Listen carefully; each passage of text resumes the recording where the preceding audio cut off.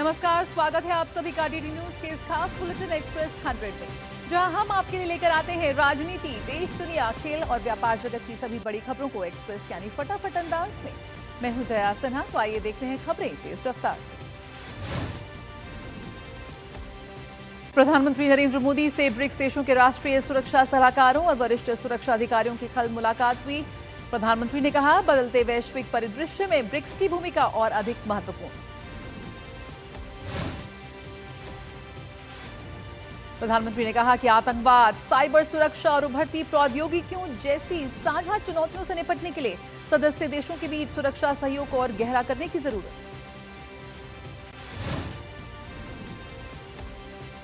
PM Modi ने social media पर कहा कि भारत की ब्रिक्स अध्यक्षता व्यावहारिक सहयोग को आगे बढ़ाने, ग्लोबल साउथ की प्राथमिकताओं को समर्थन देने और दुनिया को अधिक सुरक्षित, संरक्षित तथा समावेशी बनाने में योगदान देने पर केंद्रित होगी। भारत की अध्यक्षता में ब्रिक्स देशों के राष्ट्रीय सुरक्षा सलाहकारों और वरिष्ठ सुरक्षा अधिकारियों की बैठक कल दिल्ली में संपन्न हुई। बैठक में आतंकवाद, साइबर खतरों और वैश्विक सुरक्षा चुनौतियों से निपटने के लिए सहयोग बढ़ाने पर बल दिया गया। ब्रिक्स देशों के राष्ट्रीय सुरक्षा सलाहकारों की 16वीं बैठक की अध्यक्षता राष्ट्रीय सुरक्षा सलाहकार अजीत डोभाल ने की। बैठक में सदस्य देशों ने उभरती सुरक्षा चुनौतियों पर विचार विमर्श किया। विदेश मंत्रालय के अनुसार ऐसे सुरक्षा खतरों पर खास तौर से चर्चा हुई जो अब वैश्विक रूप ले चुका है। राष्ट्रीय सुरक्षा सलाहकारों ने हर तरह के आतंकवाद के खिलाफ साझा कार्रवाई की प्रतिबद्धता भी दोहराई। कतर के अमीर शेख तमीम बिन हमद अल थानी ने प्रधानमंत्री मोदी को फोन कर कतर की रास लाफान इंडस्ट्रियल सिटी में हुई दुर्घटना में भारतीय नागरिकों की मौत पर शोक व्यक्त किया और घायलों की जल्द ठीक होने की कामना की। प्रधानमंत्री मोदी ने प्रभावित परिवारों के प्रति सहानुभूति व्यक्त करने के लिए कतर के अमीर को धन्यवाद दिया और घायलों को तुरंत चिकित्सा सहायता उपलब्ध कराने के लिए उनकी सराहना की।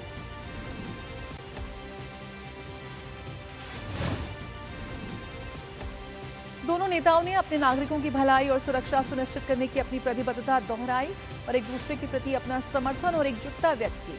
प्रधानमंत्री ने पश्चिम एशिया की स्थिति पर चर्चा करते हुए शांति प्रयासों में कतर के सकारात्मक योगदान की सराहना की। विदेश मंत्री डॉक्टर एस जयशंकर मंगोलिया के बाद आज दक्षिण कोरिया की यात्रा पर। इस 2 दिवसीय यात्रा पर विदेश मंत्री दक्षिण कोरिया के अपने समकक्ष चोह्यूम से करेंगे मुलाकात। विदेश मंत्री डॉक्टर जयशंकर कोरिया के जेजू में आयोजित जेजू शांति और समृद्धि मंच में भी शामिल होंगे, जहां वो मुख्य भाषण देंगे। इससे पहले विदेश मंत्री डॉक्टर एस जयशंकर मंगोलिया यात्रा पर थे, जहां उन्होंने मंगोलिया के मंत्री से मुलाकात की। दोनों नेताओं के बीच खनन, ऊर्जा, प्रौद्योगिकी और मानव संसाधन जैसे क्षेत्रों में सहयोग बढ़ाने के नए अवसरों पर चर्चा हुई। उपराष्ट्रपति सीपी राधाकृष्णन आज राज्यसभा के पूर्व सांसद नबम रेबिया की पुस्तक का विमोचन करेंगे। पुस्तक का नाम है VIP culture in India, power, privilege and distance from democracy. Bharat America के बीच व्यापार समझौते पर बातचीत अंतिम चरण में। दोनों पक्षों ने उच्च स्तरीय व्यापार वार्ता की, जिसका उद्देश्य अमेरिकी शुल्क नीति में बदलावों के बाद प्रस्तावित द्विपक्षीय व्यापार समझौते को नया स्वरूप देना और उसके ढांचे में बदलाव करना है। वाणिज्य एवं उद्योग मंत्री पीयूष गोयल ने अमेरिकी व्यापार प्रतिनिधि जेमिसन ग्रीव से मुलाकात की। इस दौरान दोनों पक्षों ने व्यापार समझौते के विभिन्न बिंदुओं पर चर्चा की। उद्योग मंत्री पीयूष गोयल ने अमेरिका के साथ मिलकर आर्थिक संबंधों को और गहरा करने तथा विकास और इनोवेशन के लिए नए अवसर पैदा करने की दिशा में रचनात्मक रूप से काम करने के लिए प्रतिबद्धता जताई। अमेरिका और भारत के बीच व्यापार समझौते को लेकर दक्षिण और मध्य एशियाई मामलों के ब्यूरो की deputy assistant secretary Bethany Morrison ने कहा कि दोनों देश फरवरी 2026 से एक ऐतिहासिक यूएस भारत ट्रेड डील को अंतिम रूप देने के इरादे के साथ आगे बढ़ रहे हैं। बेथनी मॉरिसन ने बताया कि ये समझौता अब अपने अंतिम चरण के बेहद करीब पहुंच चुका है। इस डील के लागू होने पर अमेरिकी के उत्पादों के लिए भारत का 1.4 अरब लोगों का विशाल बाजार ऐसे व्यापारिक नियमों के तहत खुलेगा, जो दोनों देशों के लिए समान रूप से फायदेमंद होगा। वित्त मंत्री निर्मला सीतारमण ने कहा कि देश की अर्थव्यवस्था को मजबूत बनाने, विकास की गति को तेज करने और समावेशी विकास के लिए सभी पक्षों से और अधिक सहयोग जरूरी है।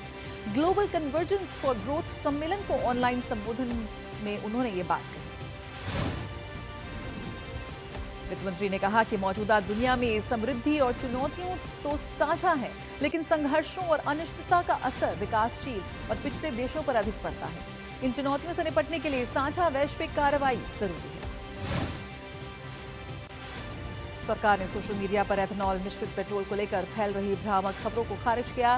पेट्रोलियम मंत्रालय ने स्पष्ट किया कि यह कार्यक्रम वैज्ञानिक रूप से प्रमाणित है और ईंधन गुणवत्ता मानकों के अनुसार कड़ी निगरानी में लागू किया जा रहा है। मंत्रालय ने कहा कि एथेनॉल मिश्रण का निर्णय व्यापक तकनीकी मूल्यांकन और वाहन निर्माताओं सहित हितधारकों से परामर्श के बाद लिया गया है। सोशल मीडिया पर प्रसारित पुरानी तस्वीरें और वीडियो लोगों को गुमराह करने के लिए इस्तेमाल किए जा रहे हैं। सरकार के अनुसार एथेनॉल मिश्रण कार्यक्रम से कच्चे तेल के आयात में भारी कमी आई और 1.4 लाख करोड़ रुपए से अधिक की विदेशी मुद्रा बची। किसानों को उनकी उपज का बेहतर बाजार मिला, जिससे ग्रामीण अर्थव्यवस्था को मजबूती मिली। पंजाब के मुख्यमंत्री भगवंत मान से जुड़े कथित वायरल वीडियो विवाद ने अब एक नया मोड़ ले लिया है।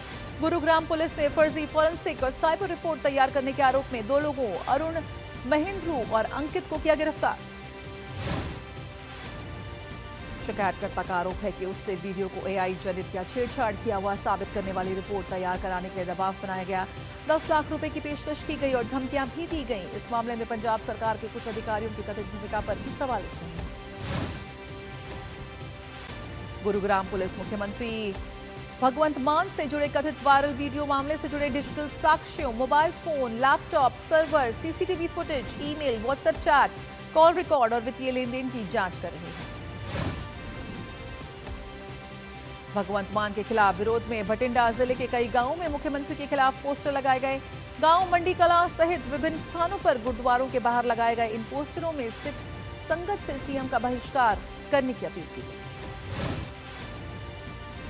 पंजाब के मुख्यमंत्री के विरोध में कई गांवों में मुख्यमंत्री के फ्लेक्स बोर्ड और पोस्टर फाड़े जाने की भी खबरें। बताया जा रहा है कि ये पोस्टर शिरोमणि अकाली दल की ओर से लगाए गए हैं। इसके बाद राज्य की सियासत में एक बार फिर हलचल तेज है। वहीं पंजाब के मुख्यमंत्री भगवंत सिंह मान का कहना है कि अकाल तख्त हर पंजाबी और सिख के लिए सर्वोच्च है, लेकिन कुछ लोग अपने स्वार्थों के लिए इस पवित्र संस्था का दुरुपयोग करने की कोशिश कर रहे हैं। दिल्ली में उद्योग भवन झुग्गियों के पास देर रात आग लगने से हड़कंप मचा। दमकल की 20 गाड़ियां मौके पर पहुंची और आग पर काबू पाया। दमकल विभाग के अधिकारियों के अनुसार फिलहाल आग पर काबू पा लिया गया है। साथ ही कूलिंग ऑपरेशन भी जारी है ताकि दोबारा आग ना भड़के। इस आग लगने के कारणों का पता अभी नहीं चल पाया है। घटना में किसी के हताहत होने या घायल होने की कोई सूचना नहीं।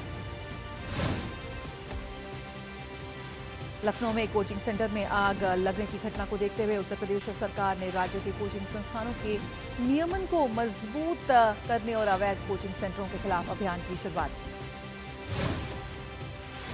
मुख्यमंत्री योगी आदित्यनाथ ने कहा कि पूरे राज्य में आग से बचाव के उपायों की जांच मिशन मोड में की जाएगी। उन्होंने स्पष्ट किया कि किसी भी इमारत का इस्तेमाल उसी प्रयोजन के लिए किया जाना चाहिए जिसके लिए उसे मंजूरी मिली है। राज्यव्यापी अभियान के दौरान सुरक्षा मानकों और नियमों का उल्लंघन पाए जाने पर अब तक 100 से अधिक कोचिंग संस्थाओं के खिलाफ सीलिंग की कार्रवाई की गई है। राज्य सरकार ने स्पष्ट किया कि विद्यार्थियों की सुरक्षा से जुड़े मानकों का पालन सुनिश्चित करने के लिए यह अभियान आगे भी जारी रहेगा। भारत ने संयुक्त राष्ट्र की अरिया फॉर्मूला बैठक में पाकिस्तान पर बैठक को राजनीतिक रंग देने और जम्मू कश्मीर पर अनावश्यक टिप्पणी करने का आरोप लगाया। यूएन में भारत के प्रतिनिधि पी हरीश ने कहा कि जम्मू कश्मीर पूरी तरह भारत का आंतरिक मामला है और इस पर कोई बाहरी दखल स्वीकार्य नहीं। उन्होंने अंतर्राष्ट्रीय शांति एवं सुरक्षा से जुड़े यूएन चार्टर के 2 चैप्टर के बीच स्पष्ट अंतर को रेखांकित किया। भारतीय राजदूत सीबी जॉर्ज ने लग्जमबर्ग के नेशनल डे समारोह में मुख्य अतिथि के तौर पर भारत का प्रतिनिधित्व किया। उन्होंने दोनों देशों के बीच लंबे समय से चली आ रही साझेदारी के लगातार आगे बढ़ने पर जोर दिया। सेक्रेटरी वेस्ट सीबी जॉर्ज ने लग्जमबर्ग के साथ व्यापार, निवेश, डिजिटल टेक्नोलॉजी, फिनटेक, स्पेस और लोगों के बीच आपसी संपर्क जैसे कई क्षेत्रों में साझेदारी और मजबूत करने की प्रतिबद्धता दोहराई। पश्चिम बंगाल के मुख्यमंत्री शुभेंदु अधिकारी ने राज्य की पिछली ममता सरकार पर आरोप लगाया कि उसने एक व्यापार सम्मेलन आयोजित करने के लिए फिक्की को 324 करोड़ रुपए से अधिक का भुगतान किया। उन्होंने कहा यह भुगतान तय नियमों का उल्लंघन करके किया गया था। पश्चिम बंगाल के मुख्यमंत्री शुभेंदु अधिकारी ने विधानसभा में कहा कि भ्रष्टाचार के खिलाफ अब जीरो टॉलरेंस की नीति पर जोर दिया जाएगा। उन्होंने कहा कि इस विधानसभा क्षेत्र में अंतिम दिन भ्रष्टाचारियों की संपत्ति नीलाम करने संबंधी विधेयक लाया जाएगा। मुख्यमंत्री शुभेंदु अधिकारी की घोषणा की कि हरीश चैटर्जी स्ट्रीट स्थित ममता बनर्जी और अभिषेक बनर्जी के आवासों को बेघर लोगों के रहने के लिए इस्तेमाल किया गया। उन्होंने कहा कि टीएमसी शासनकाल के भ्रष्टाचार की जांच के लिए एक आयोग भी गठित किया जाएगा। केंद्रीय उपभोक्ता संरक्षण प्राधिकरण ने भ्रामक विज्ञापन देने पर नारायणा कोचिंग संस्थान पर 8 लाख रुपए का जुर्माना लगाया। संस्थान ने जेईई एडवांस्ड 2024 में छात्रों की सफलता से जुड़े दावों में जरूरी जानकारी दे छुपाई थी। सीसीपीए के अनुसार कोचिंग संस्थान ने यह स्पष्ट नहीं किया कि सफल छात्र नियमित थे या डिस्टेंस कोर्स से जुड़े थे और न ही उनके एडमिशन से जुड़ी पूरी जानकारी उपलब्ध कराई गई। कई मामलों में फीस रसीदें और जरूरी दस्तावेज भी पेश नहीं किए गए। प्राधिकरण ने कहा कि संस्थान द्वारा सौंपे गए अधिकतर एडमिशन फॉर्म अधूरे थे, जिनमें माता पिता या छात्रों के हस्ताक्षर और तारीख तक दर्ज नहीं थी। इसी आधार पर इन रिकॉर्ड्स को अविश्वसनीय माना गया। दक्षिण पश्चिम मानसून के आने से देश भर में मौसम बदल गया है। मुंबई समेत महाराष्ट्र के कई हिस्सों में भारी बारिश हुई। भारी बारिश से सड़कें जलमग्न हो गई और आम जीवन अस्त व्यस्त हो गया। दिल्ली, चंडीगढ़, हरियाणा और आसपास के क्षेत्रों में भी छिटपुट बारिश और तेज हवाओं ने उमस भरे मौसम से राहत दिलाई। चेन्नई, कोलकाता और कर्नाटक के भी कुछ हिस्सों में बारिश हुई। मौसम विभाग के अनुसार 29 जून तक उत्तर पश्चिम भारत में हल्की बारिश और तेज हवाएं चल सकती हैं।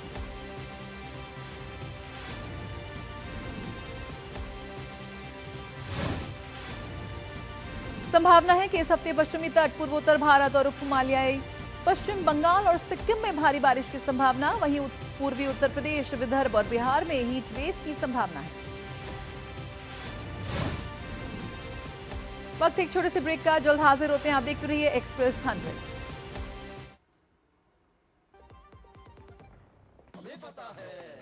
हमें पता है चमकी चाट से क्या बना है, सैंडविच, लस्सी और छाछ और हर घूंट में चमकी चाट। ड्राई फ्रूट और दही बड़े, चमकी चाट से स्वाद बढ़े। और चाट पपड़ी दही बल्ले। चमकी चाट से बल्ले बल्ले। असली स्वाद सिर्फ चमकी चाट।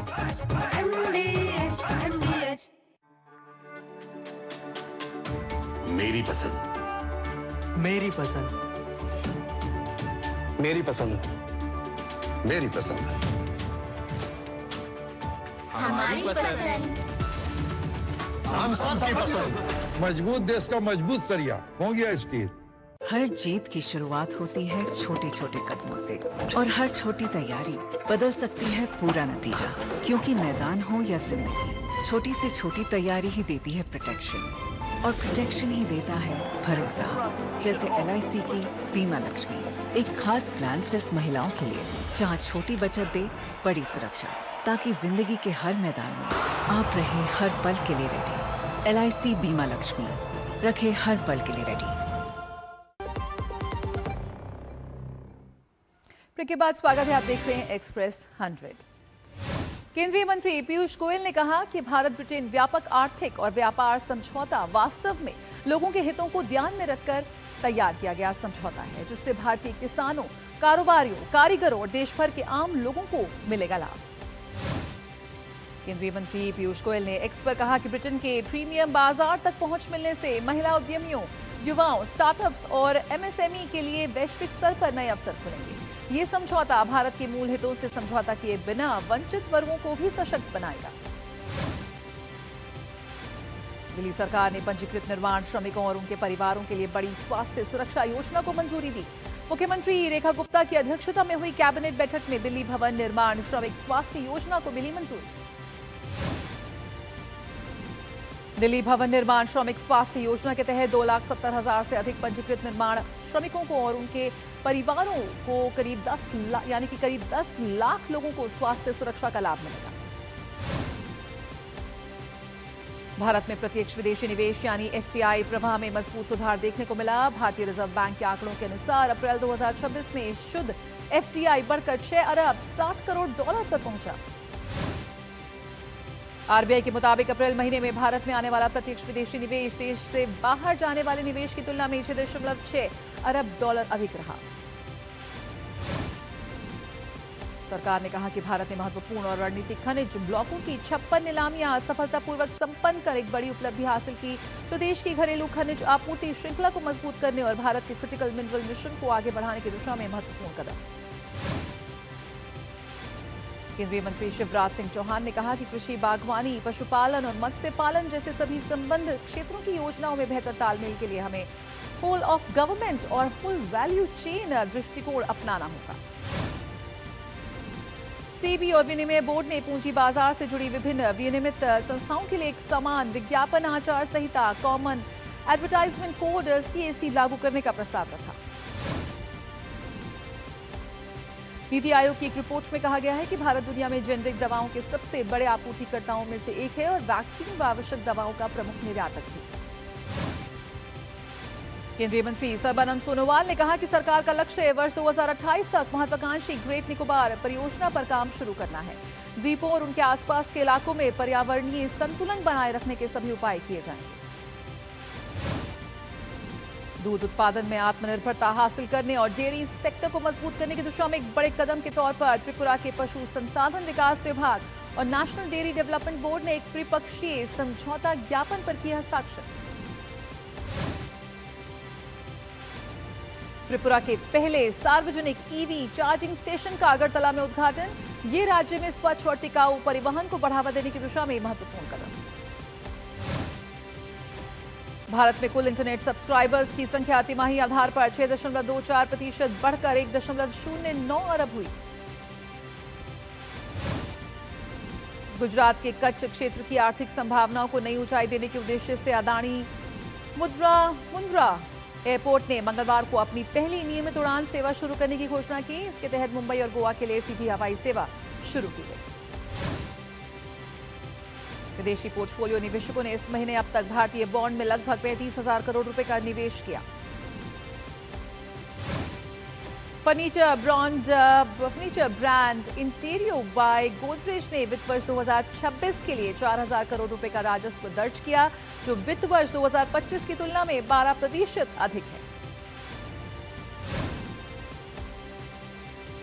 अमेरिकी राष्ट्रपति को ईरान मुद्दे पर अमेरिकी संसद से बड़ा राजनीतिक झटका। अमेरिकी कांग्रेस ने राष्ट्रपति ट्रंप को ईरान के खिलाफ सैन्य कार्रवाई रोकने पर निर्देश देने वाला प्रस्ताव पारित कर दिया। सेनेट में यह प्रस्ताव 50 के मुकाबले 48 मतों से पारित हुआ। इससे पहले इसी महीने इस प्रस्ताव को प्रतिनिधि सभा से भी मिल चुकी है मंजूरी। ईरान के परमाणु कार्यक्रम को लेकर अमेरिका और ईरान के बीच जारी वार्ता के बीच राष्ट्रपति ट्रंप ने सख्त रुख अपनाया। राष्ट्रपति ट्रंप ने कहा कि अगर ईरान अंतर्राष्ट्रीय परमाणु ऊर्जा एजेंसी की परमाणु निरीक्षण की अनुमति नहीं देता तो वे ईरान के साथ होने वाली बैठकें रद्द कर देंगे। ट्रंप ने कहा कि उचित समय पर IAEA निरीक्षक ईरान में तैनात किए जाएंगे। दावा किया कि ईरान के साथ वार्ता सकारात्मक दिशा में आगे बढ़ रही है और दोनों पक्षों के बीच समझौते की संभावना बनी हुई है। अमेरिका और ईरान के तनावपूर्ण रिश्तों के बीच अमेरिकी राष्ट्रपति का बड़ा बयान। ट्रंप ने दावा किया कि उनकी सरकार ईरान के साथ एक निष्पक्ष और न्यायसंगत समझौते की दिशा में काम कर रही है। ईरान और अमेरिका के बीच हुए नाजुक शांति समझौते के बाद खाड़ी क्षेत्र में हालात सामान्य करने की कोशिशें तेज। संयुक्त राष्ट्र ने फारस की खाड़ी में फंसे सैकड़ों जहाजों और करीब 11,000 नाविकों को सुरक्षित निकालने का अभियान शुरू किया। अमेरिकी राष्ट्रपति ने दावा किया कि ईरान अनिश्चितकाल तक परमाणु निरीक्षण के लिए तैयार। हालांकि तेहरान ने इससे इनकार किया। अमेरिका ने ईरान पर कुछ प्रतिबंधों में 60 दिनों की छूट भी दी। अमेरिकी राष्ट्रपति डोनाल्ड ट्रंप ने कहा कि ईरान का यह दावा गलत है कि अंतर्राष्ट्रीय परमाणु ऊर्जा एजेंसी के अधिकारियों के लिए उनके क्षतिग्रस्त परमाणु ठिकानों के निरीक्षण की कोई योजना नहीं। अमेरिकी विदेश मंत्री मार्को रूबियो ने कहा कि अमेरिका के साथ किसी भी अंतिम समझौते के तहत ईरान होर्मुज स्ट्रेट में टोल नहीं वसूल सकेगा। उन्होंने कहा कि ऐसा करना अंतर्राष्ट्रीय कानून के खिलाफ होगा। यूक्रेन के राष्ट्रपति ने कहा कि उनके देश की सेना अच्छा काम कर रही है और रूस पर दबाव बढ़ा रही है। अल्बानिया में फ्लोमिंगो क्रांति के प्रदर्शनकारी सरकार के इस्तीफे और देश में व्यवस्थित सुधारों की मांग को लेकर सड़कों पर उतरे। जर्मनी में रेल सेवाएं फिर से शुरू। राज्य संचालित रेल संचालक ने कहा रेलवे रेडियो संचार प्रणाली में खराबी के कारण देश भर में ट्रेनें ठप हो गई थी। दक्षिणी रूसी शहर में दर्जनों वाहन चालक पेट्रोल पंपों पर कतार में खड़े दिखे। कृषि मंत्री ने कहा कि प्रमुख रिफाइनरियों में उत्पादन में कटौती के कारण रोस्तोव क्षेत्र के कुछ पेट्रोल पंपों में गैसोलीन की कमी हो रही थी। डेमोक्रेटिक रिपब्लिक ऑफ कांगो ने इबोला के पुष्ट मामलों की संख्या बढ़कर 1048 हो गई है, जिसमें 2067 मौतें शामिल हैं। यूरोप इस समय भीषण गर्मी की मार झेल रहा है, जिसने कई देशों में तापमान के रिकॉर्ड तोड़ दिए हैं और पूरे महाद्वीप में एयर कंडीशनर और पंखों की बिक्री में तेजी आ गई है। मंगलवार को फ्रांस में चल रही भीषण गर्मी की लहर के कारण पेरिस के प्रमुख पर्यटक स्थल एफिल टावर और लूव्र को समय से पहले बंद करना पड़ा। रूस डीजल के निर्यात पर रोक लगाने पर विचार कर रहा है। उप प्रधानमंत्री नोवाक ने ये जानकारी दी। एक अखबार के अनुसार देश में डीजल की कमी हो सकती है। इससे निपटने के लिए रूस ईंधन का आयात भी कर सकता है। उत्तर कोरिया के नेता किम जोंग उन ने कहा कि नॉर्थ कोरिया नौसेना को परमाणु हथियारों से लैस करेगा और बड़े युद्धपोत बनाएगा। नॉर्थ कोरिया ने परमाणु हथियारों को अमेरिका और दक्षिण कोरिया के खिलाफ रोकथाम के लिए आवश्यक बताया।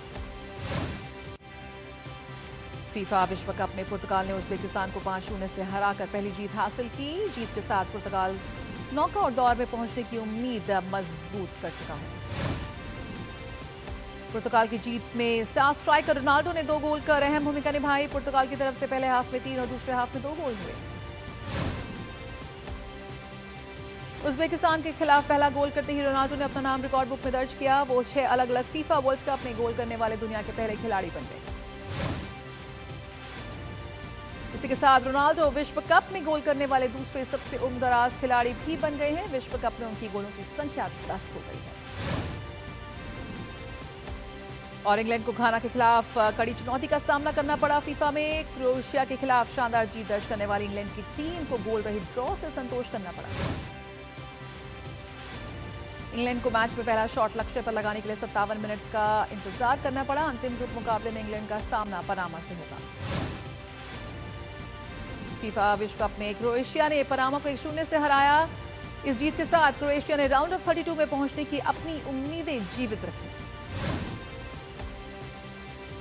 पहले हाफ में कोई गोल नहीं हुआ। दूसरे हाफ की शुरुआत में सब्स्टिट्यूट खिलाड़ी एंटे बुदिमीर ने मैच का एकमात्र गोल किया। ये जीत क्रोएशिया के कप्तान लुका मॉड्रिच के लिए भी खास रही, क्योंकि उन्होंने अपने अंतर्राष्ट्रीय करियर का 200वां मैच खेला। अब क्रोएशिया का मुकाबला शनिवार को घाना से होगा।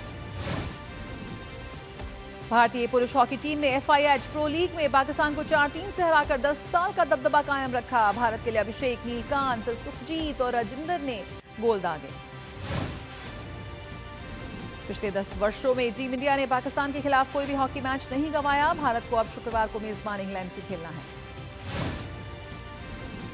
ऋषभ पंत की दिल्ली कैपिटल्स में घर वापसी हो गई है। पंत 12 करोड़ रुपए की भारी कटौती के साथ दिल्ली कैपिटल्स की टीम में शामिल हुए। दिल्ली कैपिटल्स की कलाई के स्पिनर कुलदीप यादव के साथ हुई एक हाई प्रोफाइल ट्रेड में पंत 15 करोड़ रुपए में अपनी पुरानी फ्रेंचाइजी में वापस आ गए हैं। LSG ने उन्हें 27 करोड़ में खरीदा था। गत चैंपियन न्यूजीलैंड ने ICC T20 महिला विश्व कप में स्कॉटलैंड को 6 विकेट से हराकर सेमीफाइनल में जगह बनाई। न्यूजीलैंड ने जगह बनाने की अपनी उम्मीदों को जीवित रखा और न्यूजीलैंड ने 4 मैच में 2 जीत हासिल की। न्यूजीलैंड ने 132 रन के लक्ष्य का पीछा करते हुए 26 रन तक 3 विकेट गंवा दिए थे। हालांकि शार्प के 62 और ब्रूक हैलिडे ने नाबाद 41 रन की पारी खेलकर टीम को जीत दिलाई। एक्सप्रेस न्यूज में फिलहाल इतना ही। हमें दीजिए इजाजत। नमस्कार।